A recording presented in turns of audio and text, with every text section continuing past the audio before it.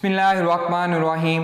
अस्सलामु अलैकुम students, I am Mohammad Usman Ali, your mathematics teacher. Student, previous lecture में हमने एरिया अंडर द कर्व को डिस्कस किया था और उसके रिलेटेड जो एक्सरसाइज 3.7 के क्वेश्चन थे उनको पढ़ा था। हमने सीखा था कि अगर हमें सिंपल इंटीग्रेशन का क्वेश्चन दिया गया हो डेफिनेट इंटीग्रल में तो उसे हमने कैसे सॉल्व करना है, और हमने ये भी सीखा था कि अगर हमें question area under the curve का दिया गया हो तो हमने उसको कैसे सॉल्व करना है। उन दोनों में डिफरेंस भी मैंने आपको समझाया था, उसको सॉल्व करने का तरीका भी मैंने आपको बताया था। आज हम एक नया टॉपिक स्टार्ट करने जा रहे हैं जो कि है डिफरेंशियल इक्वेशन का। डिफरेंशियल इक्वेशन को भी हम इंटीग्रेशन की मदद से सॉल्व करना सीखेंगे कि हम उनको कैसे सॉल्व करते हैं। तो आइए हम स्टार्ट करते हैं। जी स्टूडेंट्स, आज का टॉपिक है डिफरेंशियल इक्वेशंस। पेज नंबर है 168।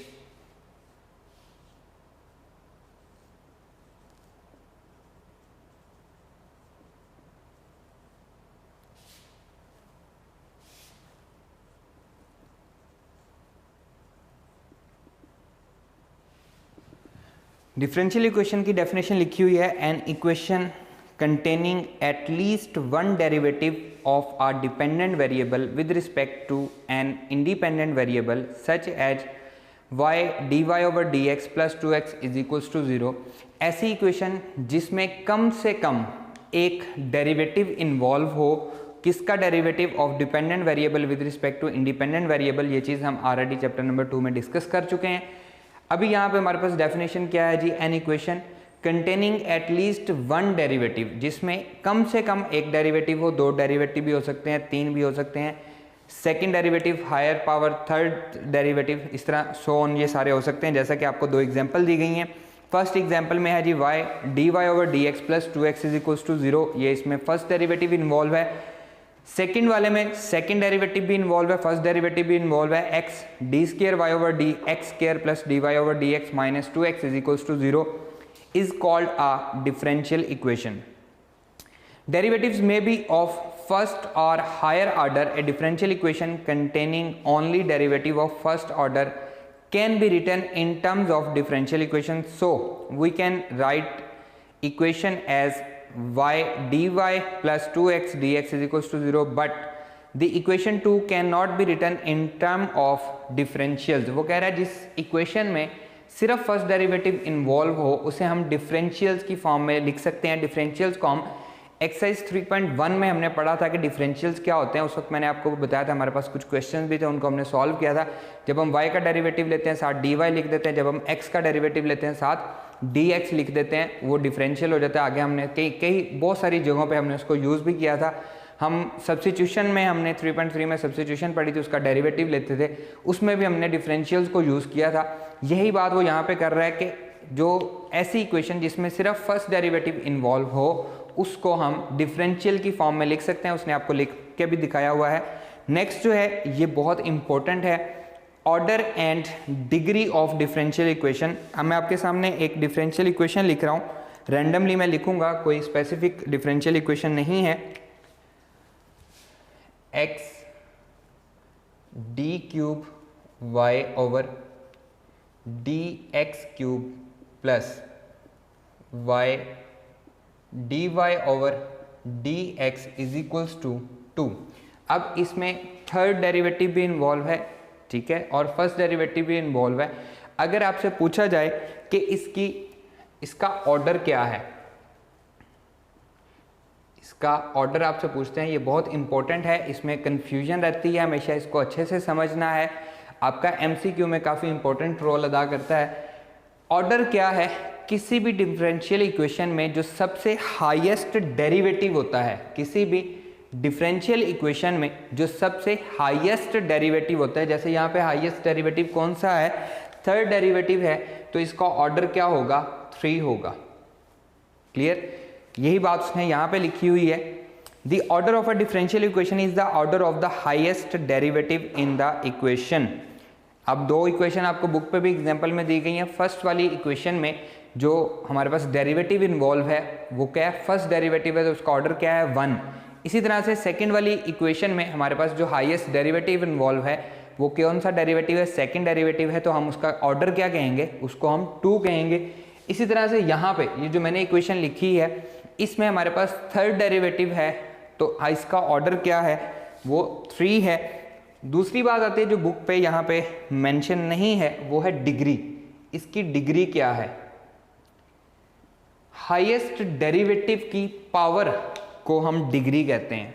हाईएस्ट डेरिवेटिव की पावर को हम डिग्री कहते हैं। इस सारे की जो पावर है, ये इसको कभी भी आपने पावर नहीं कहना। अगर आप समझ रहे हो कि डी क्यूब वाई लिखा हुआ है तो ये इसकी पावर है, ये बिल्कुल गलत है। डी क्यूब वाई का मतलब क्या है कि ये थर्ड डेरिवेटिव कहा गया है इसको, ये पावर नहीं है। इसकी पावर क्या है? 1 है, इसलिए इसकी डिग्री क्या होगी? 1। इक्वेशन में, मैं अगेन रिपीट कर रहा हूं इस बात को, इक्वेशन में जो हाईएस्ट डेरिवेटिव होगा वो क्या कहलाएगा? ऑर्डर कहलाएगा, और उसकी पावर जो है वो डिग्री कहलाएगी। आपके सामने मैं एक और इक्वेशन लिखता हूं, d power 4y divided by d x power 4 का square plus d cube y divided by d x cube की power 5 into x plus 2xy dy over d x equals to d square y over d x square whole power 9। मैंने randomly एक equation लिखी है। अब यहाँ पे देखें, इसमें फोर्थ डेरिवेटिव इन्वॉल्व है, थर्ड डेरिवेटिव भी इन्वॉल्व है, फर्स्ट डेरिवेटिव भी इन्वॉल्व है और सेकंड डेरिवेटिव भी इन्वॉल्व है। आपसे पूछा जाए कि बताएं इसका ऑर्डर क्या है, इस इक्वेशन का ऑर्डर अगर आपसे पूछा जाए तो अगेन मैं रिपीट कर रहा हूं, the highest derivative involved in the equation is called the order of that equation. इसमें हाईएस्ट डेरिवेटिव कौन सा इन्वॉल्व है? फोर्थ डेरिवेटिव इन्वॉल्व है। और अगर आपसे पूछा जाए कि इस इक्वेशन की डिग्री क्या है, तो यहाँ पे बहुत सारे बच्चे गलती करते हैं जी, इसकी हाईएस्ट पावर जो है वो 9 है तो इसकी डिग्री 9 होगी। गलत है, हाईएस्ट डेरिवेटिव की जो पावर है वो इसकी डिग्री कहलाएगी। हाईएस्ट डेरिवेटिव की जो पावर है वो इसकी डिग्री कहलाएगी। अब फर्ज करें यही क्वेश्चन जो है यहाँ पे पावर दी गई होती 3/2, लेट्स सपोज यहाँ पे पावर दी गई होती 3/2। अब आप क्या करेंगे? ये अब थोड़ा कॉन्सेप्चुअल क्वेश्चन बन चुका है। इस तरह के क्वेश्चन एंटी टेस्ट में आते हैं। एफएससी में अभी तक ऐसा कोई क्वेश्चन नहीं आया। एफएससी में सीधे सीधे क्वेश्चन आते हैं।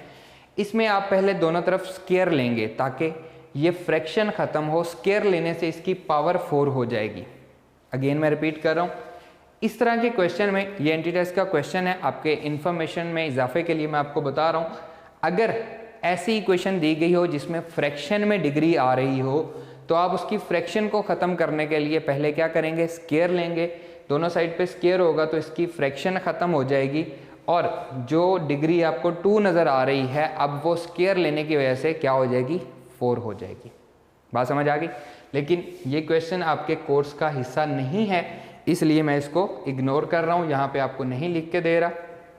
अभी सिर्फ आपका कंसर्न जो है वो यहीं तक है। आपको ऑर्डर भी समझ में आ गया, आपको डिग्री भी समझ में आ गई, आपको डिफरेंशियल इक्वेशन की डेफिनेशन भी आपने समझ ली। अब हम मूव करते हैं सॉल्यूशन ऑफ डिफरेंशियल इक्वेशन पे। सॉल्यूशन ऑफ डिफरेंशियल इक्वेशन हम कैसे करेंगे? अगर हमें कोई भी डिफरेंशियल इक्वेशन दी गई है, इसे हम कहते हैं सेपरेबल मेथड से हम इसको सॉल्व करते हैं। इस मेथड का नाम होता है सेपरेबल मेथड, हम इसको कहते हैं।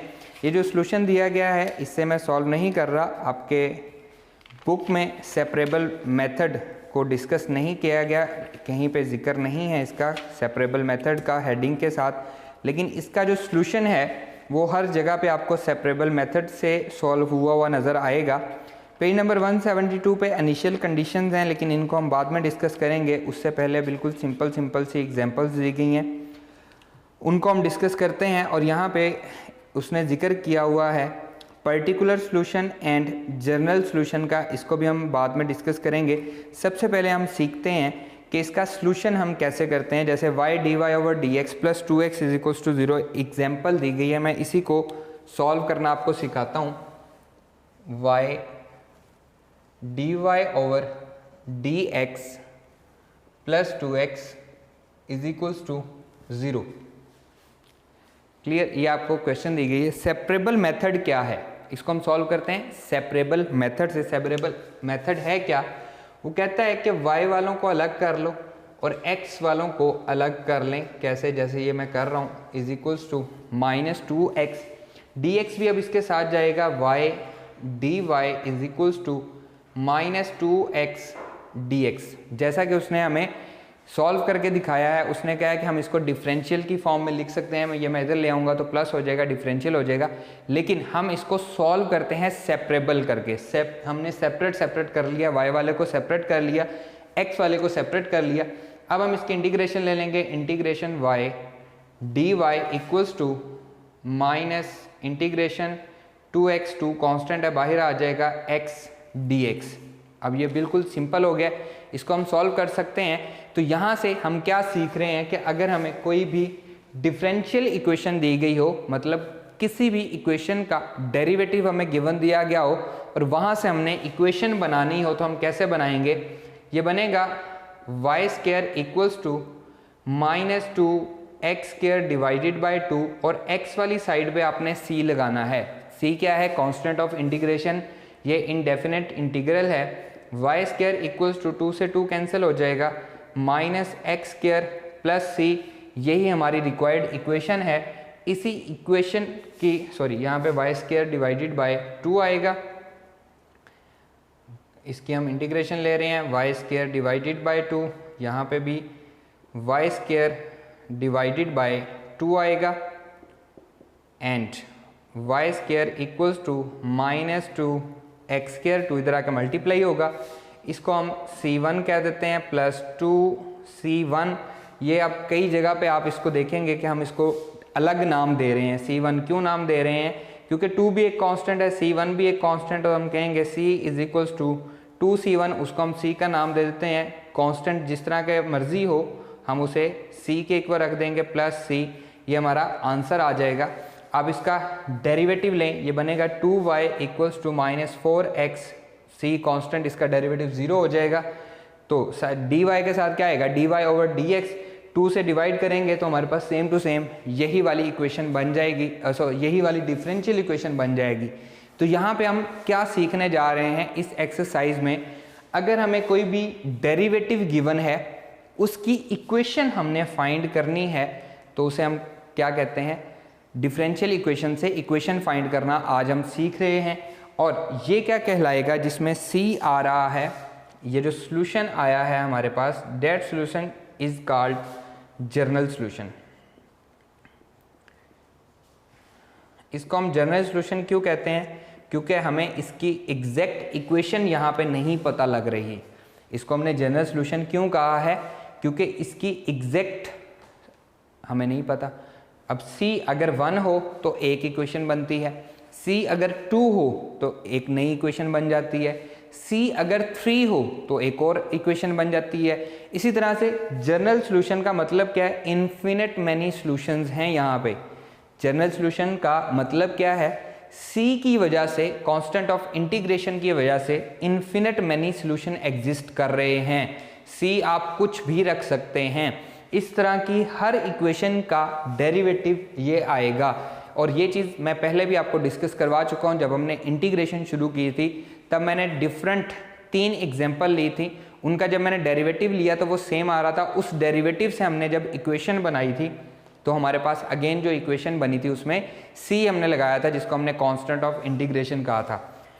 अभी तक आपने सीखा है कि डिफरेंशियल इक्वेशन क्या होती है, उसका ऑर्डर और डिग्री क्या होती है। डिफरेंशियल इक्वेशन अगर हमें गिवन दी गई हो, उसको हम सॉल्व कैसे करते हैं, सेपरेबल मेथड के ज़रिए हम सॉल्व करते हैं, और जो उसका आंसर आता है उसे हम जनरल सॉल्यूशन कहते हैं। अब हम सीखने जा रहे हैं कि पर्टिकुलर सॉल्यूशन क्या होता है। उसके लिए आपको इनिशियल कंडीशंस दी गई होंगी, वो कहेगा at x is equals to 0, या इस तरह से आपको दिया गया होगा y of 0 is equals to 1, या फिर आपको इस तरह से दिया होगा at x is equals to 0 y equals to 1, y की वैल्यू 1 आ रही है। हम इनिशियल कंडीशंस को यहाँ पे पुट कर देंगे, जो हमारा आंसर आया है y की वैल्यू क्या है 1, यहाँ पे आ जाएगा जी 1 का square equals to -2 into x की वैल्यू हमें x0 दिया गया, दोनों एक ही बातें लिखी हुई हैं, प्लस सी, तो यहाँ से हमारे पास सी का आंसर आएगा, ये 0 हो जाएगा, इज इक्वल्स टू सी। सी की वैल्यू अब हमें पता लग गई। यहाँ पे हमें सी की वैल्यू पता नहीं है, यहाँ पे अब हमें, अगर हमें इनिशियल कंडीशंस दी गई हों तो हमें सी की वैल्यू पता लग गई, वो हम इसमें पुट कर देंगे तो हमारा आंसर बनेगा y square equals to minus 2x square plus 1। अब ये हमारे पास कहलाएगा पर्टिकुलर सॉल्यूशन। अब इसके इन्फिनिट मैनी सॉल्यूशन नहीं है, बल्कि ये सिर्फ एक सॉल्यूशन है, इसे हम क्या कहेंगे, पर्टिकुलर सॉल्यूशन। हमने यहाँ पे ये भी सीखा कि जनरल सॉल्यूशन क्या होता है और पर्टिकुलर सॉल्यूशन क्या होता है, इनिशियल कंडीशंस क्या होती हैं। अब हम आते हैं अपने, मूव करते हैं पेज नंबर 162 पे। आपको एक पैराग्राफ मिलेगा जहाँ पे लिखा हुआ है y is equals to ax square plus 4 for a is equals to -1, 1। नज़र आ गया होगा सबको। All solution obtained by putting different values are called particular solutions. Different values को पुट करने के बाद, y और x की डिफरेंट वैल्यूज़ को पुट करने के बाद जो आंसर आता है उसे हम क्या कहते हैं, पर्टिकुलर सॉल्यूशन। वेरी गुड, उसे हम पर्टिकुलर सॉल्यूशन कहते हैं। while the solution itself is called the general solution, while the solution itself is called the general solution। इसमें c की डिफरेंट वैल्यूज़ के लिए एक नया सॉल्यूशन आ जाएगा। अगर सिर्फ जनरल सॉल्यूशन हमें दिया गया है, इनिशियल वैल्यू कंडीशंस हमें नहीं दी गई, जो कि आगे बहुत सारे क्वेश्चंस में नहीं दी गई हुई, सिर्फ कुछ क्वेश्चंस हैं जिनमें इनिशियल वैल्यू कंडीशंस दी गई हैं, हम उनके क्या फाइंड कर रहे होंगे, जनरल सॉल्यूशन फाइंड कर रहे होंगे। अब आपको जनरल सॉल्यूशन और पर्टिकुलर सॉल्यूशन में डिफरेंस समझ आ गया है। नेक्स्ट पेज पे, पेज नंबर है जी 172 पे, आपको इनिशियल कंडीशंस डिस्कस की गई हैं। Differential equations occur in numerous particular problem, practical problem concerning to physical, biological and social science etcetera वगैरह, उसने उसके यूजेस बताए हुए हैं। The arbitrary constants involving the solution of different equations can be determined by the given conditions. Such conditions are called initial value conditions. C की value वो कह रहा है कि हम फाइंड कर सकते हैं, अगर हमें कुछ इनिशियल कंडीशंस दी गई हों तो हम उनकी मदद से C की वैल्यू फाइंड कर सकते हैं। उन इनिशियल वैल्यूज़ को हम क्या कहते हैं, इनिशियल वैल्यू कंडीशंस कहते हैं। Clear students? The general solution of different equation in variable separable form contains only one variable. Here we shall consider those differential equation which have only one initial value condition. हम यहाँ पे जो solve करेंगे, आगे उसने example भी दी गई है, उसमें उसने कहा है कि हम ऐसी कंडीशन लेंगे जिसमें सिर्फ 1 इनिशियल वैल्यू कंडीशन दी गई हो, बाकी जो इससे हायर हैं वो आपके कोर्स का हिस्सा नहीं है। क्लियर है बेटा, ये बातें आपको समझ आ गई। मैं अगेन रिपीट कर रहा हूँ, अभी तक हमने क्या सीखा है, हमने सीखा है कि डिफरेंशियल इक्वेशंस क्या होती हैं, डिफरेंशियल इक्वेशन का ऑर्डर क्या होता है, डिफरेंशियल इक्वेशन की डिग्री क्या होती है, डिफरेंशियल इक्वेशन को हम सॉल्व कैसे करते हैं, सॉल्व करने के बाद जो आंसर आता है उसे हम क्या कहते हैं, उसमें जो वैल्यूज़ पुट होती हैं उन वैल्यूज़ को हम क्या कहते हैं, और वैल्यूज़ पुट होने के बाद जो आंसर आता है उसे हम क्या कहते हैं। अब हम मूव करते हैं अपनी एक्सरसाइज की तरफ, जिसमें हमारे पास क्वेश्चन दिए गए हैं, उनको हम सॉल्व करेंगे सेपरेबल फॉर्म की मदद से, और उनके जो आंसर्स हैं उनको हम देखेंगे कि हम उनको किस तरह से सॉल्व कर रहे हैं। आइए जी स्टूडेंट्स, एक्सरसाइज 3.8 स्टार्ट कर रहे हैं हम।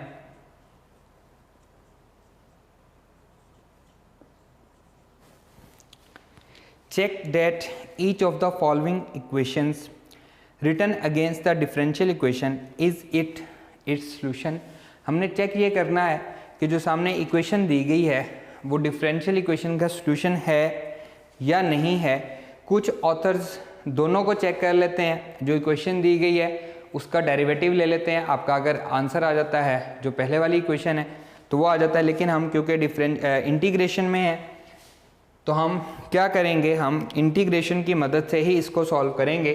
इसका फर्स्ट पार्ट देखें, x dy over dx is equals to 1 plus y, और हमने प्रूव क्या करना है, जो इसके सामने इक्वेशन दी गई है वो हमने प्रूव करनी है। सेपरेबल मेथड हम इसमें यूज करेंगे। Solution x dy over d x equals to 1 plus y d x उधर चला जाएगा, x d y equals to 1 plus y into d x and 1 over y 1 over 1 plus y हम इधर ले आते हैं, इसके साथ आ जाएगा डी वाई एंड एक्स उधर चला जाएगा 1 ओवर एक्स, इसके साथ क्या आ जाएगा डी एक्स। सेपरेबल का मतलब क्या है, वाई वाले को सेपरेट करना है और एक्स वाले को सेपरेट करना है, तो एक्स इधर आके डिवाइड हो गया, 1 प्लस वाई उधर जाके डिवाइड हो गया।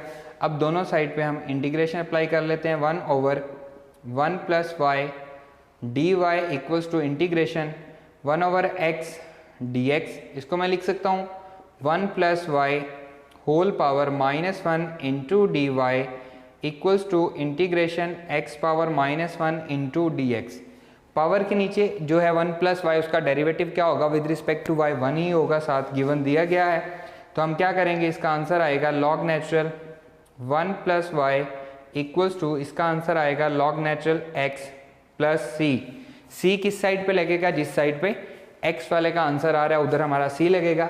अब लॉग की फॉर्म में आंसर नहीं लिखना आपने, इसमें बहुत सारी इक्वेशंस आएंगी, उनमें हमने लॉग की फॉर्म में आंसर नहीं लिखना। इसके लिए हम क्या करेंगे, टेक एक्सपोनेंशियल, टेक एक्सपोनेंशियल, हम एक्सपोनेंशियल ले लेंगे तो क्या बनेगा e power log natural 1 plus y equal to e power log natural x plus c. Clear, हमें पता है कि एक्सपोनेंशियल और लॉग आपस में एंटी होते हैं, तो ये बनेगा 1 plus y equals to e power log natural x, directly नहीं मैं कैंसिल कर सकता, into e power C. Base same हो तो पावर्स ऐड होती हैं, इस चीज़ को हम बार बार डिस्कस कर चुके हैं। ई पावर सी, सी एक कांस्टेंट है, ई भी हमारे पास ऑयलर कांस्टेंट है, इसकी जब पावर होगी कांस्टेंट तो आंसर भी क्या आएगा, कांस्टेंट ही आएगा। तो हम लिख लेते हैं ई power C equals to some सी, किसी सी के इक्वल है, 1 प्लस वाई किसी और कांस्टेंट जो भी इसका आंसर आ रहा होगा, यहाँ पे लॉग और एक्सपोनेंशियल आपस में कैंसिल हो जाएंगे, x इंटू सी आंसर आएगा और y is equals to x c -1। तो अगर हम देखें तो यही हमें रिक्वायर्ड इक्वेशन थी जो कि आपको दी गई है, साथ उसने लिखा हुआ है कि यही हमने प्रूव करनी थी, यही हमारा रिक्वायर्ड आंसर भी है। क्लियर, मैं रिपीट कर देता हूँ, हमने इसको सॉल्व कैसे किया है, हमने इसको सेपरेबल फॉर्म से सॉल्व किया है, इक्वेशन ली है। आप ये जो इक्वेशन प्रूव करने वाली है इसको लेके इसका डेरिवेटिव लें, उससे भी आप इसको सॉल्व कर सकते हैं, डेरिवेटिव लेके बता दें। लेकिन क्योंकि ये इंटीग्रेशन का चैप्टर है इसलिए हमने इसको इंटीग्रेशन की मदद से सॉल्व किया है। हमारे पास जो इक्वेशन थी उसको हमने सेपरेट किया है, वाई वाले को सेपरेट, एक्स वाले को सेपरेट, बिल्कुल सिंपल सा फॉर्म था। इसका हमने क्या ले लिया, इंटीग्रेशन ले ली। आंसर लॉग में नहीं आना चाहिए इसलिए हमने क्या लिया, एक्सपोनेंशियल ले लिया और उसको हमने सॉल्व कर लिया। यहाँ से ये नई चीज़ है आपके लिए जो मैंने आपको पहले नहीं पढ़ाई हुई। तो यहाँ पे इसको हमने सेपरेट किया, ई पावर सी, ये भी एक कांस्टेंट है, इसका आंसर जब आएगा ई पावर 1, जैसे ई पावर 2, ई पावर 3, कुछ ना कुछ तो आंसर आएगा, कांस्टेंट ही आंसर आएगा। तो उस कांस्टेंट को मैंने सी का नाम दे लिया, जो आंसर आएगा उसे मैंने सी का नाम दे लिया, इसलिए मैंने यहाँ पे सी एक्स लिखा, 1 इधर आके माइनस हो गया, जो हमें रिक्वायर्ड इक्वेशन थी वो मिल गई। क्लियर, नेक्स्ट देखें, इसी तरह से आप इसका second part, third part, fourth part, fifth part सारे के सारे सेम हैं, आप सॉल्व कर सकते हैं इनको। इनमें से कुछ मैं कर देता हूँ, कुछ आपके लिए होमवर्क होंगे, आपने खुद से सॉल्व करने होंगे। इसका मैं थर्ड पार्ट कर देता हूँ आपको solve, y d y over d x minus, third part है जी y d y over d x minus e power 2x, e power 2x equals to 1।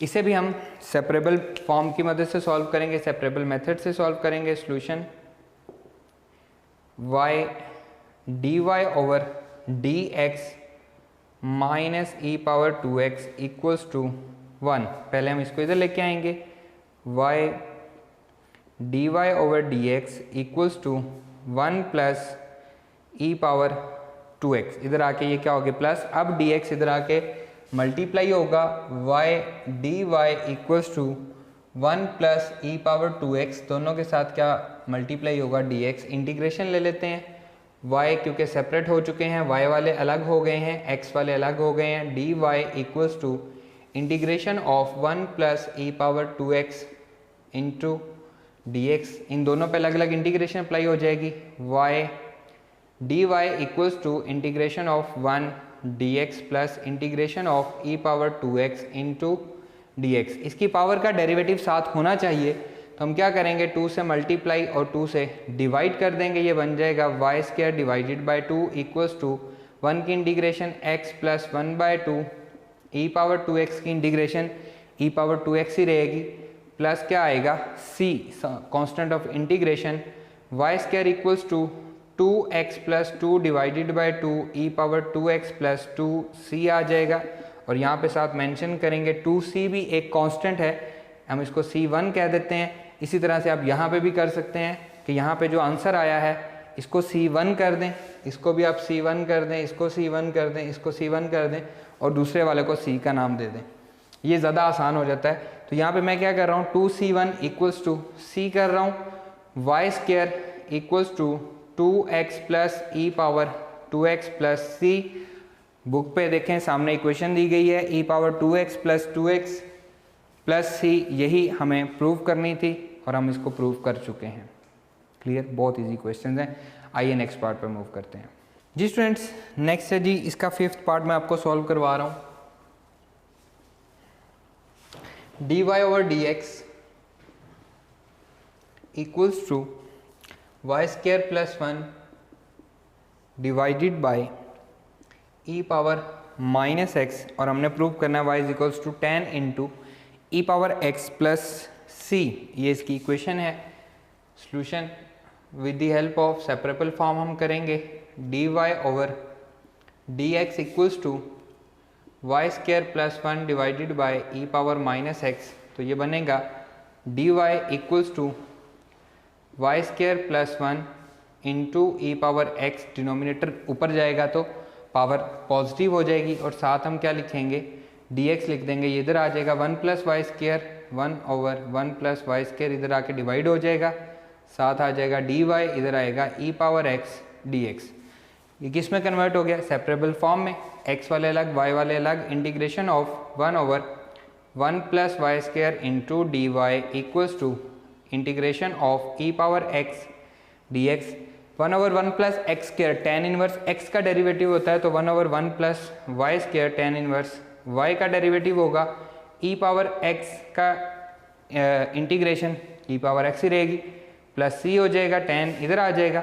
So y is equals to 10 into e power x plus c, और यही हमें equation देखे सामने उसने कहा है कि हमें ये प्रूव करना है। जो सामने इक्वेशन दी गई है वो उसका आंसर है, तो देखें ये वही वाली इक्वेशन आ रही है। सो हमारा रिक्वायर्ड आंसर आ गया। क्वेश्चन नंबर 2 से लेकर क्वेश्चन नंबर 19, 20, 21, 22, 23, इसमें जो 19, 20, 21, 22, 23 हैं इनमें इनिशियल वैल्यू कंडीशंस दी गई हैं, बाकियों में नहीं दी गई। 18 तक हमारे पास इनिशियल वैल्यू कंडीशंस नहीं है। सेपरेबल फॉर्म से हम इसको सॉल्व करेंगे। उसने सिंपली ये कहा है solve the following differential equation. Question number 2 बहुत ही आसान है, 3 इजी है, 4 मैं कर देता हूँ dy over dx। Question number 4 जो मैं छोड़ रहा हूँ वो आपके लिए होमवर्क है। dy over dx equals to 1 minus x divided by y। Separable form से हम इसको सॉल्व करेंगे। dy over dx equals to 1 minus x over y। dy is equals to 1 minus x over y into d x. y इधर आ जाएगा, ये बनेगा y dy equals to 1 minus x into d x. Integration ले लेंगे, integration y dy equals to integration of 1 minus x d x, that is equals to integration of y, दोनों पे अलग अलग इंटीग्रेशन अप्लाई हो जाएगी। Integration of 1 dx minus integration of x dx, ये बन जाएगा y square divided by 2 equals to 1 की integration x minus x square divided by 2 plus c1 कर देते हैं, 2 ने इधर आके मल्टीप्लाई होना है। ये बनेगा y square equals to x minus x square divided by 2 इधर आके मल्टीप्लाई हो रहा है तो यह आ जाएगा minus 2x square divided by 2 plus 2c1। So y square equals to 2x minus x square, 2 से 2 कैंसिल हो जाएगा, प्लस c, और यहाँ पे साथ हम मेंशन कर देंगे 2c1 भी एक कांस्टेंट है, उसको हमने c के इक्वल रख दिया है। इसमें बुक में हम इसका आंसर चेक कर लेते हैं। एक्सरसाइज 3.8 क्वेश्चन नंबर 4 हमने सॉल्व किया है। क्वेश्चन नंबर 4 का answer y square is equals to 2x minus x square, उन दोनों में से x कॉमन लिया हुआ है बुक पे, बुक ने इसका आंसर किया हुआ है जी y square equals to x common है 2 माइनस एक्स प्लस सी, और अकॉर्डिंग टू बुक यही हमारा आंसर है। क्लियर, बहुत इजी हैं सेपरेबल फॉर्म के क्वेश्चन। नेक्स्ट है क्वेश्चन नंबर 5, होमवर्क आप खुद से कीजिएगा, बिल्कुल इजी है। एक बनेगा 1/y dy और दूसरा बनेगा 1/x square dx। Question number 6 कर देता हूँ, sine y cosecant x। Question number 6, sine y cosecant x dy over dx is equals to 1, dy over dx equals to 1। Solution,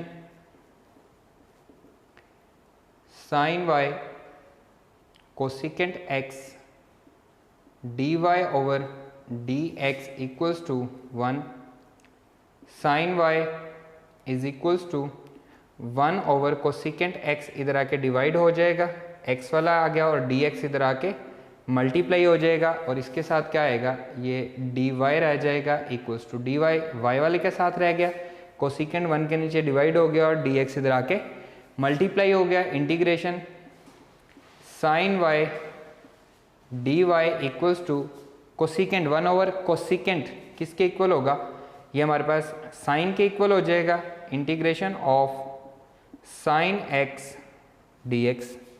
clear, sine की integration क्या होती है, माइनस कॉस y होती है, minus cos y equals to sine की integration minus cos x plus c। Clear, इसमें अगर हम माइनस कॉमन ले लें तो ये क्या बनेगा, minus cos y equals to minus into cos x minus c1, क्योंकि ये प्लस है, माइनस माइनस कैंसिल हो जाएगा, cos y equals to cos x plus, या एक स्टेप मैं और कर देता हूँ, माइनस c1, और इसको हम लिख सकते हैं cos y equals to cos x plus c, और यहाँ पे हम लिख देंगे कि माइनस c1 इक्वल है c के, क्योंकि ये कांस्टेंट है, इनको हम अपनी मर्ज़ी से नाम दे सकते हैं। ये कांस्टेंट ऑफ इंटीग्रेशन है, एग्जैक्ट वैल्यू तो है नहीं जिसको हम कहें कि हम इसको चेंज नहीं कर सकते। 3.8 cos y equals to cos x plus C, question number 6 का आंसर यही है, सेम टू सेम। तो यहाँ पे हम लिखेंगे कि यही हमारा रिक्वायर्ड आंसर भी है। क्लियर स्टूडेंट्स, बहुत इजी क्वेश्चन है। आइए हम नेक्स्ट पे मूव करते हैं जी स्टूडेंट। नेक्स्ट क्वेश्चन नंबर 7 देखें। Question number 7, x dy plus y into x minus 1 dx is equals to 0। Solution, x dy plus y into x minus 1 dx equals to 0, that is equals to x dy equals to minus y into x minus 1 into dx। ये इधर आके क्या हो गया, equation के side पे आया तो माइनस नेगेटिव हो गया। अब ये y इनसे मल्टीप्लाई हो रहा है तो मैं इधर डिवाइड कर सकता हूँ 1 over y, dy equals to minus as it is रहेगा x minus 1 over x into dx। Clear, ये x इधर आ गया, y उधर आके डिवाइड हो गया, इंटीग्रेशन ले लेंगे 1 over y dy equals to minus x over x minus, बाहर माइनस है ये प्लस हो जाएगा 1 ओवर x dx। इंटू इस पे भी इंटीग्रेशन, ये माइनस एक्स ओवर एक्स, फिर ये माइनस माइनस प्लस हो गया, 1 ओवर एक्स हो गया। ये आ गया जी integration of y power -1 into d y equals to, यहाँ से आंसर आएगा -1, अलग इंटीग्रेशन अप्लाई हो जाएगी, plus integration of x power -1 and D x, इस पर भी अलग इंटीग्रेशन अप्लाई हो जाएगी। वाई पावर -1 होगा लॉग नेचुरल वाई पावर -1 है तो log natural y equals to minus constant बाहर आ जाएगा, 1 की इंटीग्रेशन x आ जाएगी, plus log natural x, x power -1 का आंसर लॉग नेचुरल x आएगा, प्लस c1 कर देंगे हम। अब इसका क्या करेंगे जी, एक्सपोनेंशियल लेंगे, क्योंकि लॉग में आंसर हमें नहीं चाहिए, तो हम यहाँ पे लिखेंगे टेक एक्सपोनेंशियल, टेक एक्सपोनेंशियल लेंगे तो ये आएगा e power log natural y equals to e power -x plus log natural x plus c1। अब क्या है जी, ये प्रॉपर्टी है, बेस सेम हो तो पावर्स ऐड होती हैं, ये दोनों log और e आपस में कैंसिल हो जाएंगे। y is equals to e power -x multiply by e power log natural x multiply by e power c1।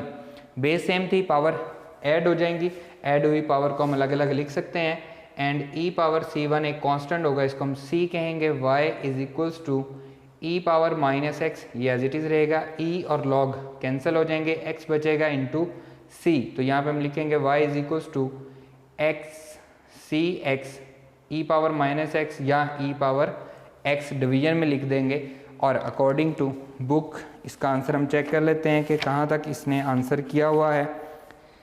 ये है जी क्वेश्चन नंबर 7, उसने माइनस इसको डिवीजन में नहीं लेके गया, इसको उसने ऐसे ही लिखा हुआ है सी एक्स ई पावर -1, और अकॉर्डिंग टू बुक यही हमारा आंसर भी है। क्लियर स्टूडेंट्स, बहुत इजी क्वेश्चंस हैं आपके लिए। क्वेश्चन नंबर 7 तक होमवर्क हैं, आगे भी वही हैं, लेकिन नेक्स्ट लेक्चर में इंशाल्लाह मैं आपको और क्वेश्चंस भी करवाऊंगा। आज के लेक्चर में सिर्फ इतना ही। आपके लिए आज का होमवर्क जो है एक्सरसाइज 3.8 क्वेश्चन नंबर 7 तक जो पार्ट रह गए हैं वो आप सॉल्व करेंगे, और इसके साथ साथ इसकी एग्जाम्पल को भी आप सॉल्व करेंगे। इंशाल्लाह नेक्स्ट लेक्चर में आपसे मुलाकात होगी। अल्लाह हाफिज़।